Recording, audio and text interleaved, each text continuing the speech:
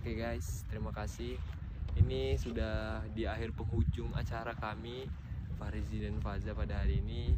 Sebenarnya hari ini bukan hari libur sih guys, hari biasa. Cuman karena tadi pengurusan SIM di pagi hari, baru tuh selepas tuh zuhur, sebelum zuhur kita makan tadi, baru tuh ke servis motor sampai ke sore, baru tuh ke sini.